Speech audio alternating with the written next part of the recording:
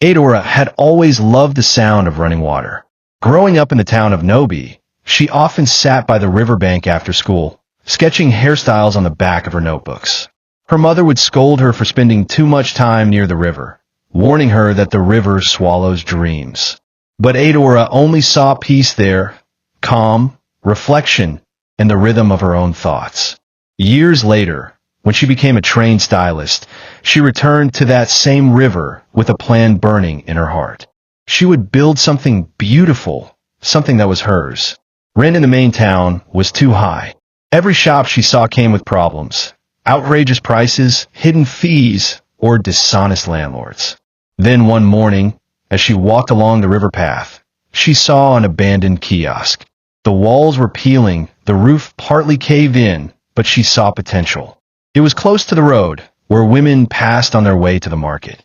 If I repaint, fix the roof, and add a mirror or two, she whispered, this place will shine again. For the first time in months, she smiled from her heart. Her cousin, Ifani, helped her clean the place. They spent days clearing weeds and scrubbing mud off the walls. When the first streak of pink paint went on, the kiosk transformed into something bright and alive. Adora named it River Beauty Touch. The townspeople laughed at her choice of location. Who builds a salon by a river? They teased. But Adora only smiled. She believed success came from vision, not location. She was wrong, but she didn't know it yet. On her first day, Adora woke before dawn. The air smelled of wet earth and hope. She arranged combs, creams, and brushes with the care of a new mother laying out her child's clothes. She wore a sky blue gown, tied her hair neatly, and stood outside waiting. Hours passed, and no one came. The sound of the river teased her, gentle, mocking, patient. She sat on a small stool and watched women pass by carrying baskets of vegetables and babies tied on their backs. None stopped. By midday, just as she began to lose hope, a young woman named Ngozi approached, curious. How much to braid short hair? She asked.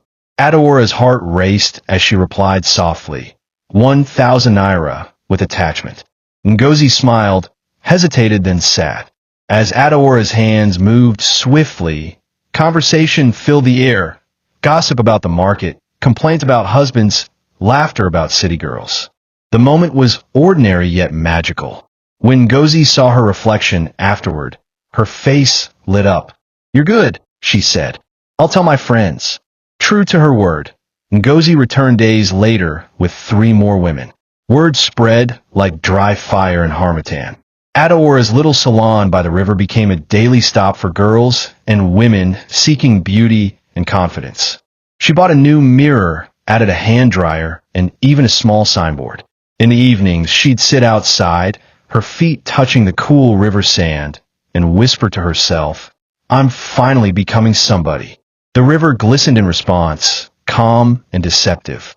As business grew, Adora started noticing 2 men who often sat by the riverbank opposite her salon. They never spoke, only watched. One was tall, with a narrow face and eyes that never blinked for long. The other was short, always chewing a stick, his laughter sharp like a broken bottle. At first, she ignored them. She had customers to attend to, and watching the river was normal for fishermen. But these 2 weren't fishing, they were watching her. One evening, as she closed up, the shorter man approached. Good evening, Madam Stylist, he said, smiling in a way that made her uneasy. We like your place, but be careful. This river no day forgive carelessness. Adora forced a smile, thinking it was one of those village jokes. She locked her salon and hurried home. But that night, she couldn't sleep. The sound of the river outside her window felt louder, restless, almost angry. Still, she pushed the fear aside. She had fought too hard to be shaken by strange men and old wives' tales. Weeks later, they came again, this time drunk, leaning against her shop wall. Ifani warned her to report them to the local chief, but Adora refused. I can handle myself, she said, sweeping the floor. They're just jobless men. But she didn't see how one of them dropped a cigarette but near her back window, the smoke curling like a warning in the evening air. Something unseen had started shifting, a ripple under the surface of her dream. By the 3rd month, rainy season came early. The sky darkened often, and thunder rolled across Nobi like a restless drum. Adora noticed the river creeping closer to her salon each week, nibbling at the edges of the sandy bank. Ifani urged her to move, but she waved him off. "It's just rain," she said. "The river always rises and falls." But deep inside, she felt uneasy. She began waking at night, imagining her shop floating away, her mirrors swallowed by muddy water. Her customers complained too. "Ada, you should move to the junction," one said. "People fear this river." Adora only smiled weakly. Moving meant starting over, finding money she didn't have. So she stayed. She even expanded, adding a small canopy outside where women could sit and wait. Each nail she drove in, each stool she bought, was a defiance of fear. She refused to let the river intimidate her. But sometimes when the wind blew across the water, she thought she heard whispers, her name, floating faintly, calling her home. One evening, she found one of her mirrors cracked. She assumed a customer's child had thrown something. She replaced it, but the next day, another mirror cracked. The air inside the salon grew heavy, the smell of dampness clinging to her hair. Still, she worked, smiled, braided, laughed.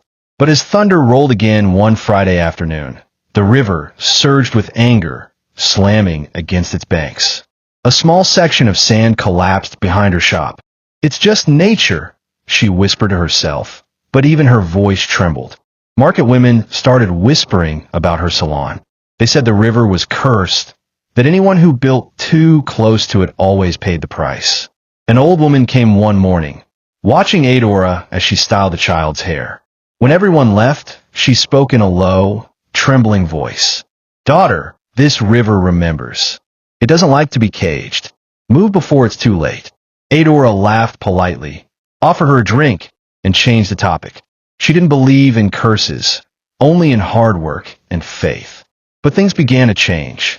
Customers started canceling appointments after heavy rains. Some said they dreamed of drowning. A few even claimed they heard crying whenever they passed her salon at night. Adora tried to keep smiling, but she felt the tension building around her. The same two men still lingered by the river, whispering, pointing, sometimes drunk, sometimes just staring. One day, she confronted them, but their laughter followed her long after she went inside. That night, she sat by the river alone, her reflection rippling on the surface. "What have I done wrong?" she whispered. The moon stared back coldly, its light broken on the waves. The wind carried faint echoes, laughter, crying, maybe both. For the first time, Adora felt fear in her bones, not of spirits, but of what she couldn't control. The river was changing, and so was her life. And deep within its depths, something waited, patient and merciless.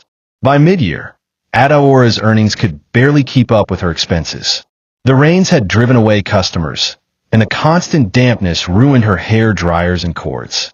When one of her main dryers broke down, she panicked. It was her busiest tool, the heart of her salon. "I can't close down now," she told Ifani, tears welling in her eyes.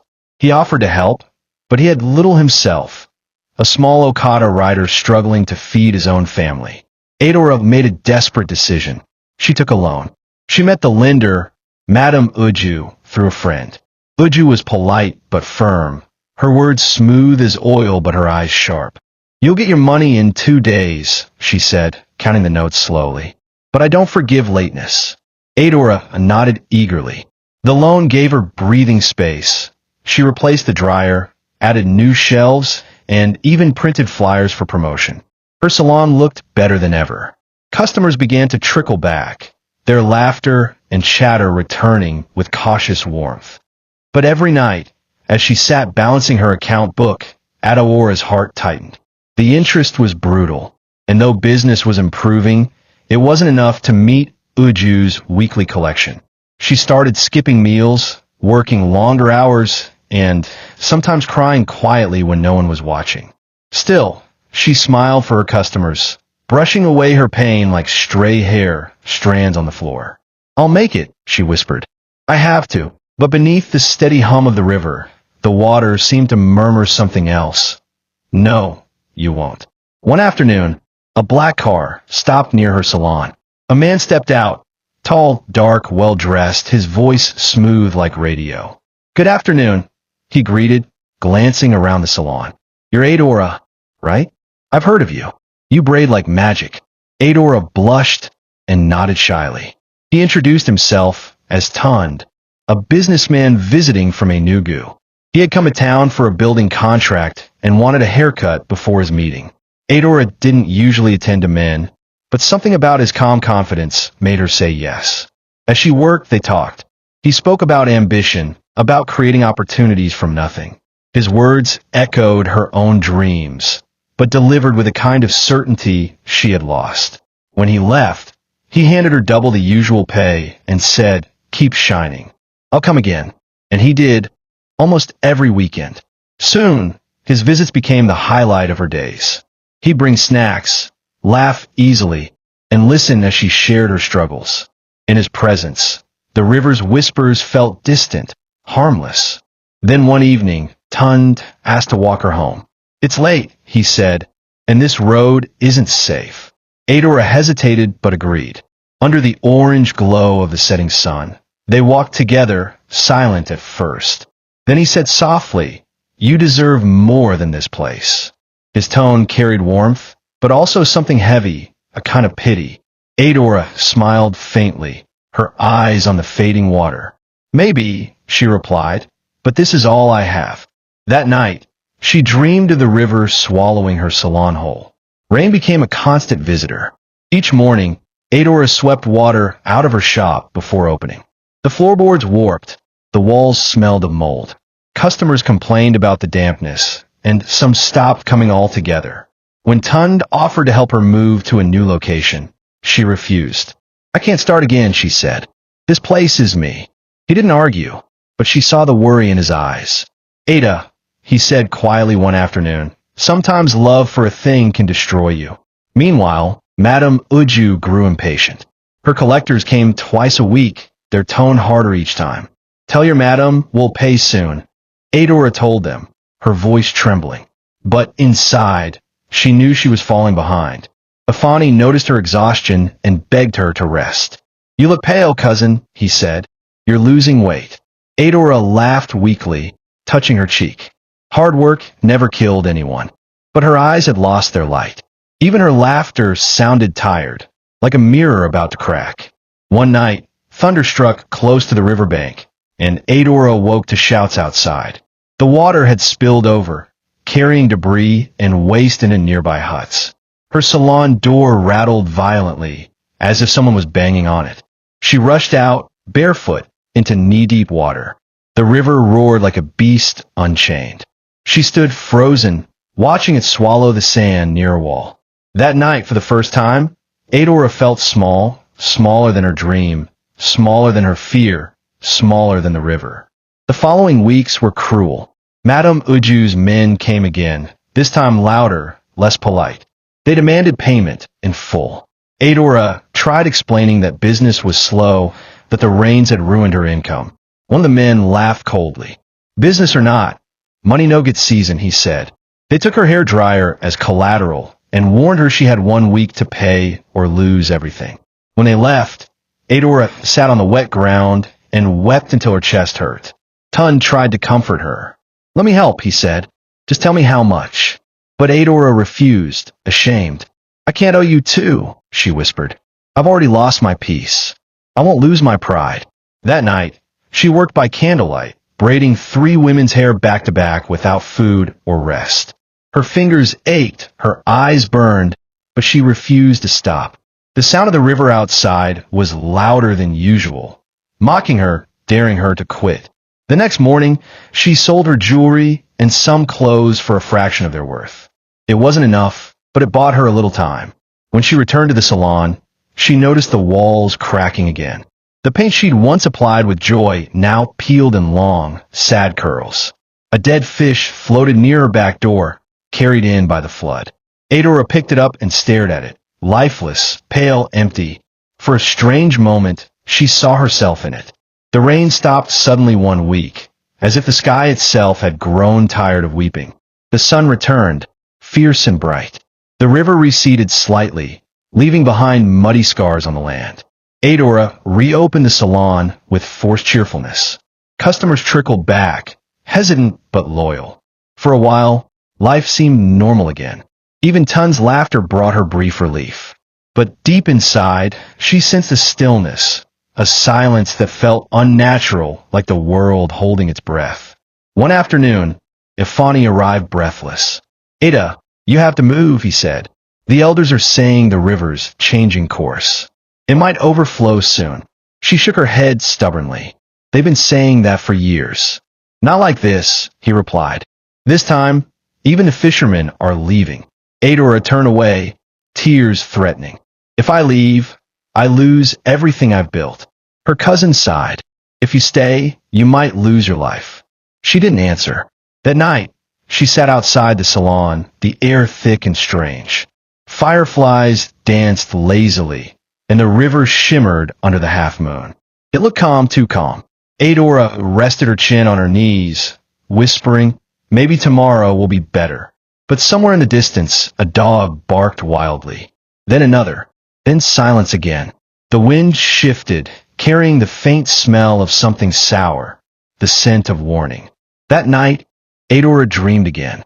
She was sitting by the river, brushing a woman's long hair. The woman's face was hidden, her hair flowing black and endless, shimmering like oil. "You love beauty," the woman said softly, her voice echoing like a whisper through water.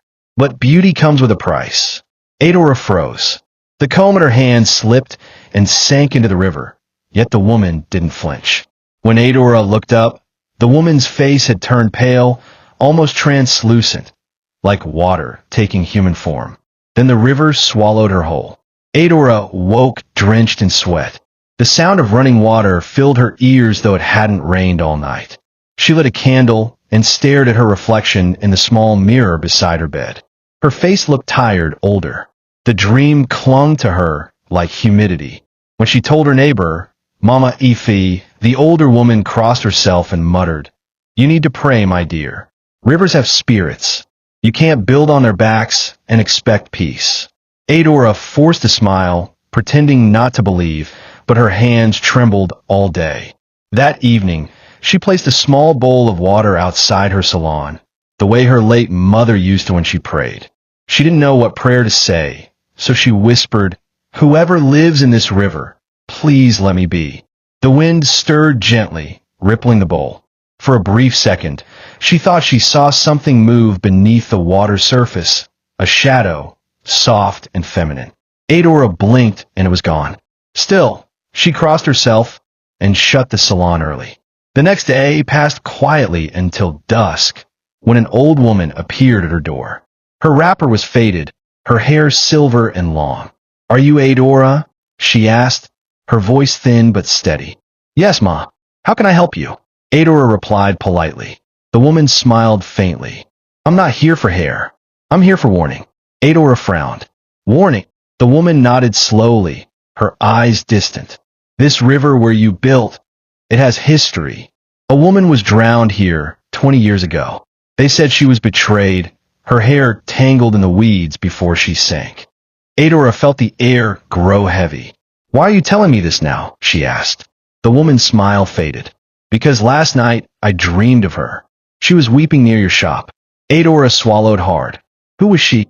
"A hairdresser too," the woman said softly. "Her spirit still lives in this river. Maybe she thinks you've taken her place." With that, the old woman turned and walked away, leaving Adora frozen in the doorway, her heart pounding. When she looked toward the river, she thought she saw ripples spreading, though no stone had fallen. That night, the sound of the river seemed closer than usual. Adora barely slept. Every creak in the walls sounded like a whisper. Every gust of wind felt like someone breathing near her ear. Around midnight, she heard what she swore was a voice calling her name. "Ada? Adora!" She sat up, shaking. The voice came again, softer, like a song half remembered. She covered her ears, whispering, "It's just my mind." But deep down, she knew something by that river was awake. Days passed. Adaora's unease deepened. Fewer customers came, and even Tund grew distant. "You've changed," he said one evening. "You're always staring at that river." Adora tried to laugh it off, but her eyes kept drifting to the moving water. She could swear it shimmered differently now, almost alive, like it was watching her. That night, she went to the riverbank and knelt. The moon cast a soft silver glow on the surface. "What do you want from me?" she whispered. The air thickened, and a gentle wave touched her feet, cool but strangely comforting. A low hum filled the night. Not quite a song, not quite a voice. "Leave before I take what's mine," it seemed to say. Adora shivered and stepped back. "Take what?" she whispered. But the water had gone still again. She ran home, trembling, clutching her rosary tightly. The next day, she told the pastor about the dream and the whispers. He prayed for her, sprinkled holy water at the shop, and told her to have faith. But the peace lasted only one night.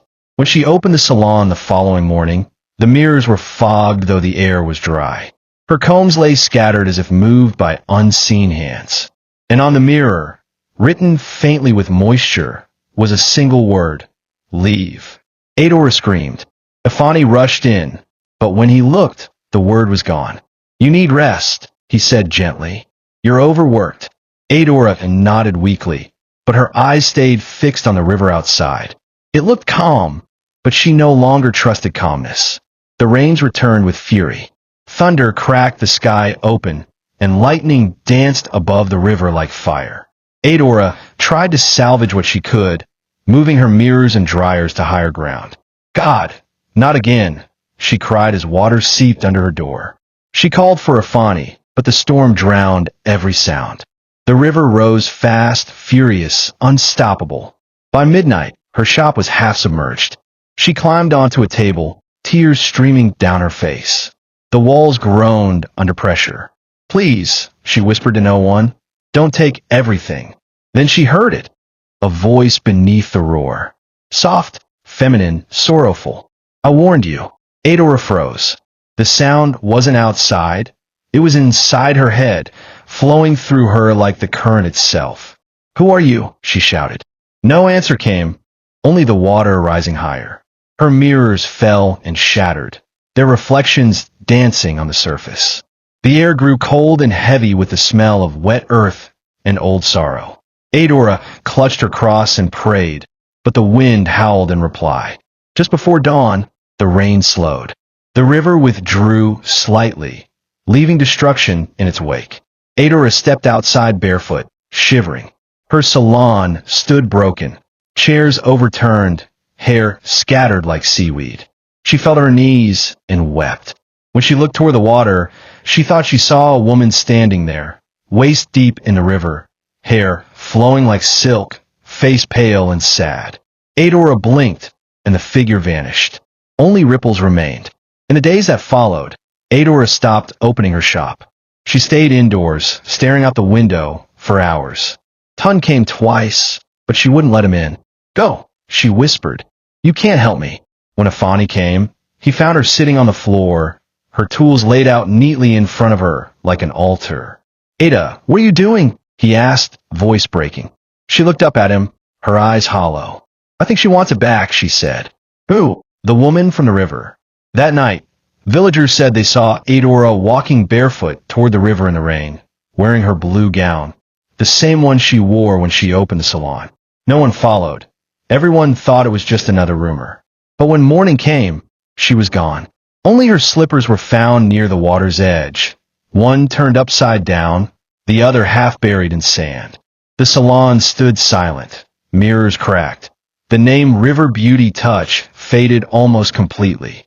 Weeks later, when the water finally receded, some children playing nearby claimed to see a woman's reflection in the river, brushing her hair, her face calm and distant.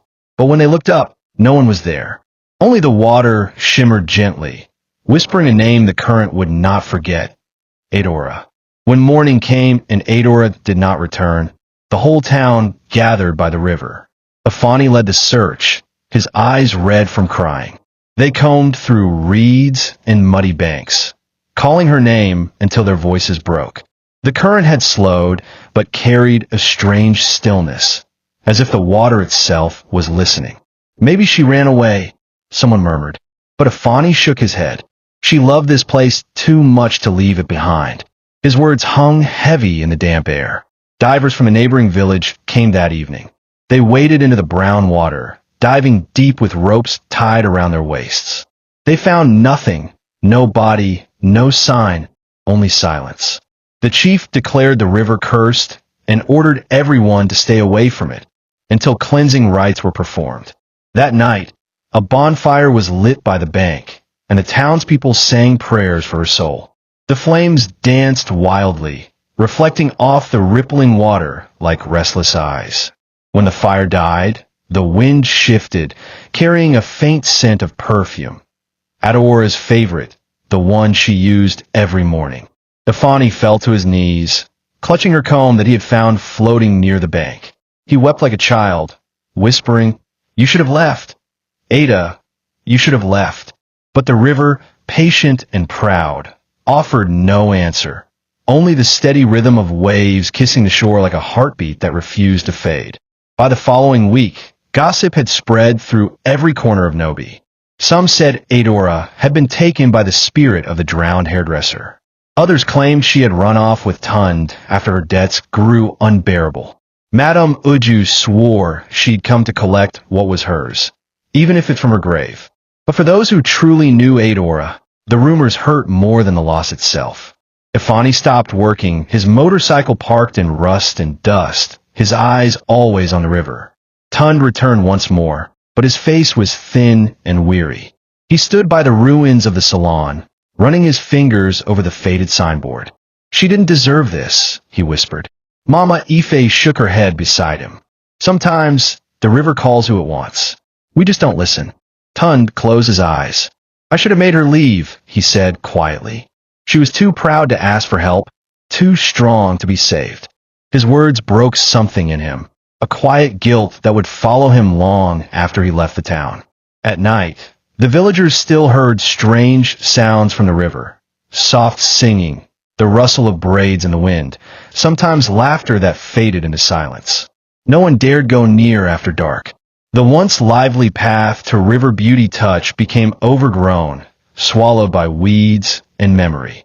Yet, some said if you listened long enough, you could still hear scissors snipping faintly in the distance. The elders decided to cleanse the river.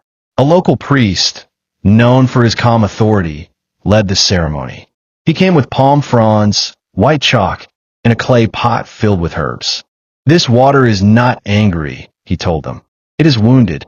Something was taken from it and never returned." They gathered by dawn, the mist thick, the sky heavy. Women sang softly, their voices trembling with both faith and fear. Afani stood by, clutching Adora's comb in his pocket like a charm.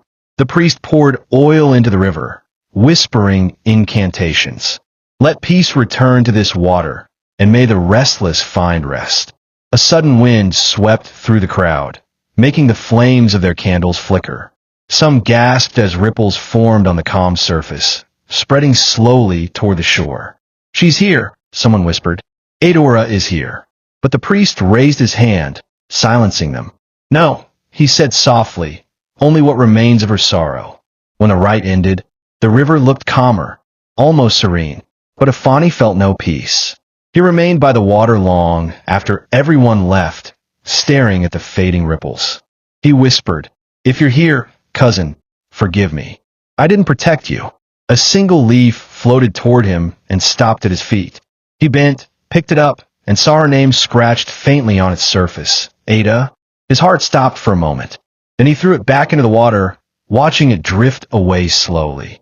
Months passed. Life in Nobi returned to its rhythm, but something lingered, an unease, a gap where laughter used to be. Tun had gone back to Enugu, but couldn't stay away. He returned one humid evening, his eyes hollow, his suit unpressed. He went straight to the riverbank and stood there until the sun dipped behind the trees. The salon was gone now. What remained was a broken wooden frame and a few shards of glass glinting faintly in the mud. He spoke softly, as if she were standing before him. "You were right, Ada. Vision doesn't need a place. It needs peace." The air around him was still, save for the gentle murmur of the river. He sat down, exhausted, and stared at the reflection of the sky in the water. Then, for a fleeting second, he saw her, kneeling at the edge, smiling faintly, her hands wet, her blue dress drifting in the current. He blinked hard, and she was gone. Only the reflection of clouds remained. He left a small bunch of white flowers by the water and walked away without looking back. Behind him, a breeze stirred the surface of the river, forming ripples that looked like hands waving goodbye. That night, the moon hung low over Nobi, pale and heavy, like a watchful eye that had seen too much and pitied too little. Time passed, and Adaora's story became a whisper told to children who played near the water. Don't build too close to the river, mothers warned. The water remembers. Her name faded from the lips of most, but not from the current. Fishermen swore they sometimes saw a shadow beneath the surface, moving gracefully, combing its hair. Others said they heard soft humming when the moon was full. It was neither threatening nor kind, just lonely. The town elders decided to rename that stretch of the river Miri Adora, Adaora's water. It became both a warning and a remembrance. People stopped mocking her dream and started respecting it. Not for its success, but for the lesson it carried. Dreams, they said, must be built on solid ground. Not on pride, not on pain, and never on borrowed strength. But every harmattan, when the wind grew cold and the nights long, some swore they saw a faint blue light by the bank, flickering softly, like a lantern waiting for someone who'd promised to return. Years went by. Ifani aged quietly, his once bright eyes dulled by grief. He married, had children, but never forgot Adora. Every year on the day she vanished, he returned to the river with fresh flowers. He would sit there in silence, whispering, "You were more than your mistakes, Seda." His children would ask, "Papa, who was she?" And he'd smile sadly. "A dreamer," he'd say, "and dreams are fragile things." One year, when the floods came again, Ifani saw the river swelling and felt panic rise in his chest. "Not again," he whispered. He stood on the same spot where Adora had last been seen. The water lapped gently at his feet, cold and familiar. He tossed the flowers in and turned to leave, but then he heard it. A faint voice, soft and distant. "Thank you." He froze, tears filling his eyes. He didn't look back.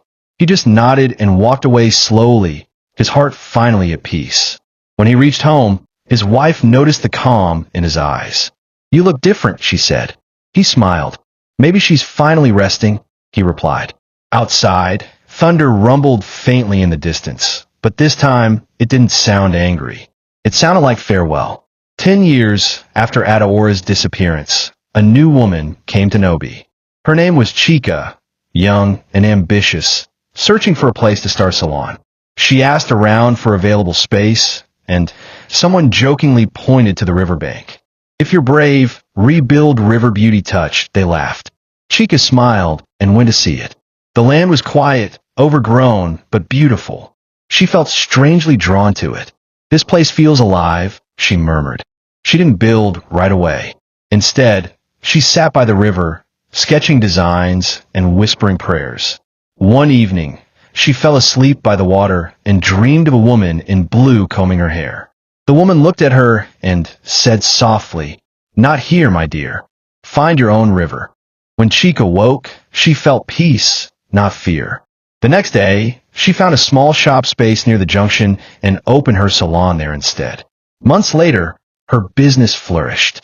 She never understood why she'd felt such clarity that day, but sometimes, when she washed hair and heard water running, she'd smile faintly, as if someone unseen had guided her right. With time, the river grew quiet again. The floods became milder, the waters clearer. The villagers said Adaora's spirit had found peace. The priest, now old and bent, still passed by sometimes, dropping flowers and murmuring prayers. She was stubborn, but pure, he'd say. Children who had never known her would ask, "Was she real?" And the elders would reply, "Realer than most dreams." At sunset, the river reflected the orange sky like polished glass. The town's laughter had returned, though softened by memory. The place where River Beauty Touch once stood was now covered in grass and small white flowers. When the wind blew, they swayed gently, almost like heads bowing in respect.